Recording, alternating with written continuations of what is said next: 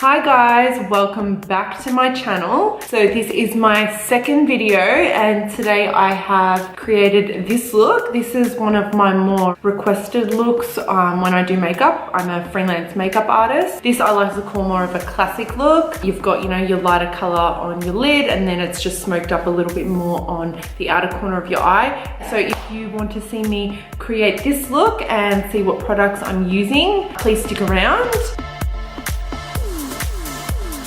Today, my brows are just not cooperating. I'm overdue to be threaded, so they just look a little messy. So I've tried to save them as much as I can. I've used the ABH Brow Wiz, which is really good if you just want to quickly fill your brows in, or you've got those days where, you know, you just want to fill in the sparse areas, not do your bold Instagram brow or whatever you want to call it. Just tamed them a little with the Urban Decay Brow Gel. I don't know why, some days my brow hairs are so long, like they just want to hang down and go in different directions and they look crazy. So that's really good for that. And it's got like a tiny color tinge to it. So it doesn't have a huge color payoff, but it's really good for just keeping your brows in check. So we'll start with the eyes. My primer potion, which is the bomb. Seriously, this thing here lasts so long. Like I can't remember how much I paid it, but like I've still got so much left in this little tube. And I've had it for a long while, like literally, I'm not even lying. You only need one tiny little bit. Put that all over, then you just dab it in with your finger. You set it with a neutral color shadow or a loose powder, whichever just makes blending that much easier. So today I'm going to use one of my faves, the Modern Renaissance palette. I'm sure a lot of like makeup enthusiasts and lovers have been up to speed with the ABH Subculture palette drama. You know, it's powdery, it's not blending, blah, blah, blah. I'm just going to go back to the oldie, which I love. As you can see, like I'm pretty much hitting the pan with the main shades. It's fucking eyeshadow, like relax. People are acting like the world is ending because this eyeshadow palette is not blending great. It is a good thing that it is out there, so people who aren't sent to the palette in PR and whatnot, don't go out there and spend their money on a palette that's shite. We're going to go in with the shade Burnt Orange and we're going to just pop that as our transition shade, so just buff that above the crease. This palette also just has like the perfect range of eyeshadows, like everything that I love and that I wear, like the warm tones, the berry tones, that is me. So that's, I guess, another reason why I love this palette so much. I mean, I've seen some really beautiful looks created with the Subculture palette. Like I would not try it. I would love to try it because, you know, I don't always go off other people's word. I like to try things for myself. Now we're going to go in with the shade Realgar, if I said that right. It's that really nice orange shade, and we're just going to pop that just below the transition shade, so just in the crease, and we're going to go back and forth till that's nicely blended and smooth. Before I started my eyes and my brows, I moisturized my face with the Glam Glow Starter Mega Illuminating Moisturizer. I got this in my Beauty Loop box from Mecca. Sometimes those Beauty Loop boxes, they actually really piss me off. You spend like a substantial amount of money at Mecca and then you get like 25 moisturizer samples. Occasionally you will get something decent. Me personally, I would prefer one like large full-size product rather than 25 small ones. Put a Glam Glow mask in the Beauty Loop box. I will not say no to that. We're just going to blend that all together. We're going to use the shade Raw Sienna, just so those two shades come together. I'm just gonna go in with the darkest brown shade in the palette. This is called Cypress Umber. And we're just going to pop that in the outer V, focusing all that color just in the corner because we're gonna blend that out. If you've got a smaller brush, you can kind of control where that color's going. Morphe MB23, and then we'll just blend in the edges. The G24 Morphe brush. I'm gonna mix the colors Raw Sienna and a little bit of Cypress Umber together, and I'm just going to pop that in the crease just so those two colors blend well together. So we've got a really seamless blend, and we've got a really nice gradient of colors. Don't worry about that harsh line. We're obviously going to put a lighter color on the remainder of the lid, then we'll blend those two out. So for the moment, we'll just focus on blending the crease and making sure that it doesn't look patchy and that it's seamless. If you want to add a little bit of black or a darker shade of brown, you can do that. I don't use a lot of black shadows on my lid, rarely. I just feel like the chocolates and the nice warm browns, they complement my eyes a lot more. If I want to go for something a little bit more dramatic, I will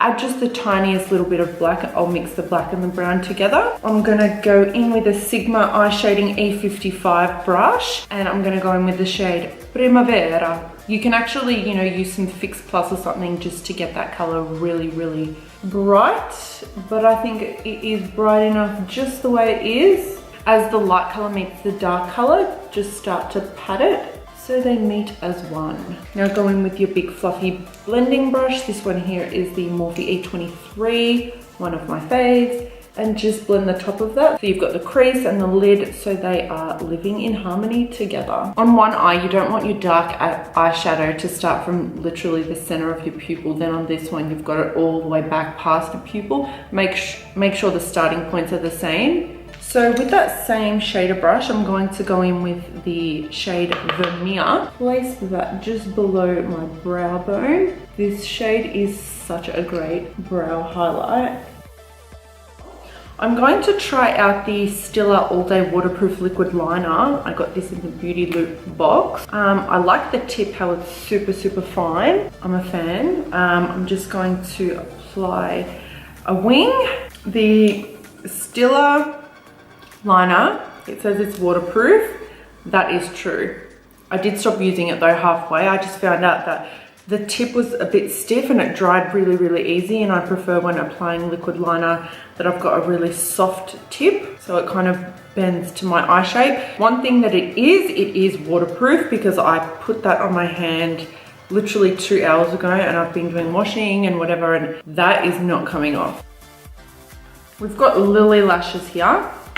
This is the style Delara. I really like Lily lashes. They're so wispy. So we've got Delara on the lids. Now I'm going to prime with the Tarte Clean Slate Timeless Smoothing Primer. If I put a primer on and it's like, you know, leaves me a little bit glowy and whatnot, I know that my oils are gonna come straight through. Whereas if I put a primer on and I've got like that matte chalky finish, which is like this one right now, I know that it is going to keep my foundation in lock all day. I'm going to use the new beauty sponge from Mecca. I've just wet it and it is still really quite firm. I prefer my beauty sponge to be a bit softer. Let's see how it blends out. I'm not trying because I've used this a few times before, the Tarte Clay Stick Foundation. This is the shade Medium Neutral. I will say that this is super like soft and buttery. It literally glides on. I think I've used it enough to kind of come up with a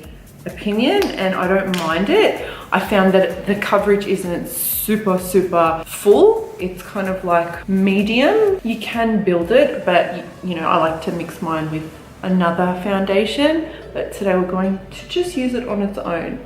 Now, just straight off the bat, this little beauty sponge is not really working for me. It's just too stiff, like it's not soft. The product is blending. I just don't like the feel, I guess. And I just think it's too thin. When I use a beauty sponge, I obviously want it to be a bit fatter. It covers more areas of my face. In saying that though, this foundation is very easy to blend. I do like the corner, how I can get right up in there. Just probably will take me a little bit longer than what I'm used to, because I usually use my Real Technique sponge, and that's a lot bigger. But I do like the way it's fitting between my eyebrow. That's cool. Now let's see how it goes blending out concealer. So today I'm going to use the Naked Skin Concealer in medium light, and then I'm going to use the Naked Skin Correcting Fluid. This one here is in the peach, so it will be good for the dark under eyes. I'm only going to use a tiny bit of the concealer though, because even though it's a darker shade, it is so light. So I'm just gonna mix the two. This brush here is my favorite for the under eye area. This is the Pro Precision Blush Sephora brush. It's in number 73. It's a little bit pointed, so it's tapered, but it's flat. So it just fits under this area so well. I know it's probably not for this area, but hey, it actually really works well for me. We're not going to cream contour today, so we'll just powder contour. We're going to get the same effect anyways. So with my Sephora Flawless Light Powder Brush, I'm going to go in with my Australis Fresh and Flawless, and I'm just going to set all my face.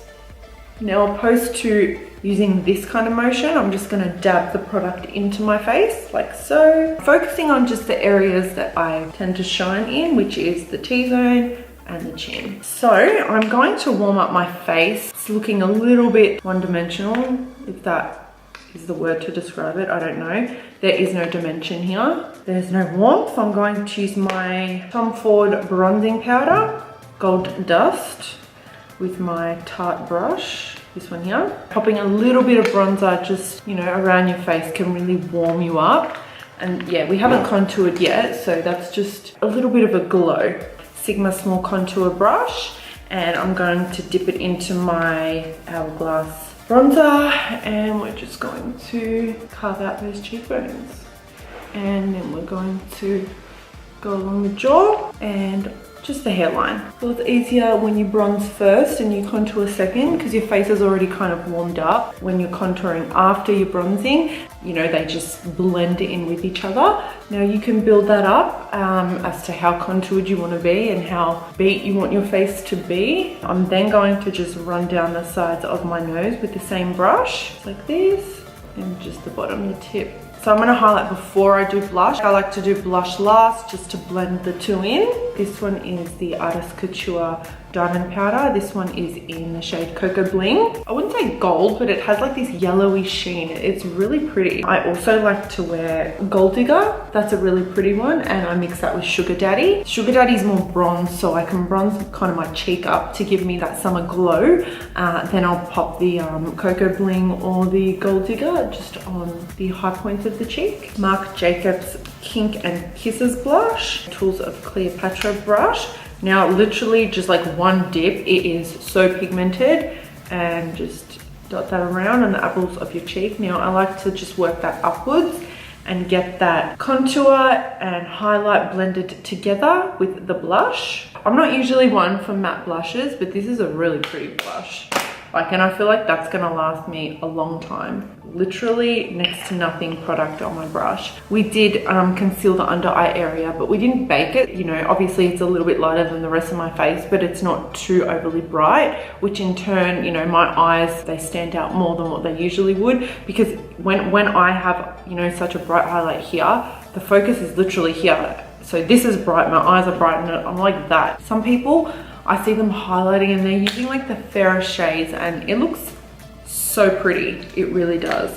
But for me, I'm just more of a golden girl. We're going to go in with the shade Burnt Orange on a small pencil brush, and we're just going to blend that all underneath here like this. A chocolate brown, the Cypress Umber, and I'm just going to focus that on just the outer corner of the eye, so I'm not going to bring that in the complete way like I did the Burnt Orange. Okay, so just grab a fluffy brush and just blend that out just so it's really seamless and you don't have any harsh lines. You can smoke this out as much as you want. You can bring it down as much as you want. It's really up to you and what you prefer. This one is Kiko Milano. This is the kohl pencil. It's in a neutral shade, so it's not white. I'm gonna pop this in the waterline. Okay, so I've just added some mascara to my bottom lash line, and I've just highlighted the inner corners of my eye with the same highlight that I use on my cheek, the Artist Couture. Now I'm going to use my MAC liner in Spice, and I'm just going to give them a quick line. So I'm going to use my all-time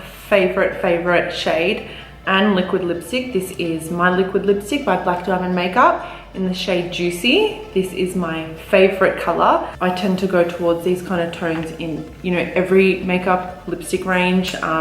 And this one is by far my favorite in my range. So it's that beautiful terracotta nudie shade. You just kind of need one little dab of the applicator, and that is it, like that. Technically, you don't really need to put a lip liner, but I'm just that girl. Whatever I put on my lips, whether it be lipstick, liquid lipstick, just like a lip gloss, I always want a liner because I like that really defined look. I usually like my liner just that tiny bit darker than my lip shade that I'm wearing. But yeah, mine's pretty much halfway dry. I'm just gonna dab. It avoids that crusty line that you get. So everyone kind of, you put heaps of liquid lipstick on, then you don't really dab it in, so all your product is kind of just accumulating on those sides. Whereas if you dab it in, that avoids that line. So mine's already dried, definitely not coming off. Smudge proof, kiss proof, whatever you want to do proof. Yeah, this shade is so pretty. It's my favorite. This one is Juicy. I named it after myself. So guys, this wraps up today's video. I really hope that you have enjoyed me creating this look. If there's any other looks that you'd like to see me create or recreate, please comment and let me know. Please don't forget to like and subscribe. Follow me on Instagram, keep up to date with me, chat to me, tell me what you guys think. I want to hear your opinions. Thank you guys for watching. I'll see you in my next video.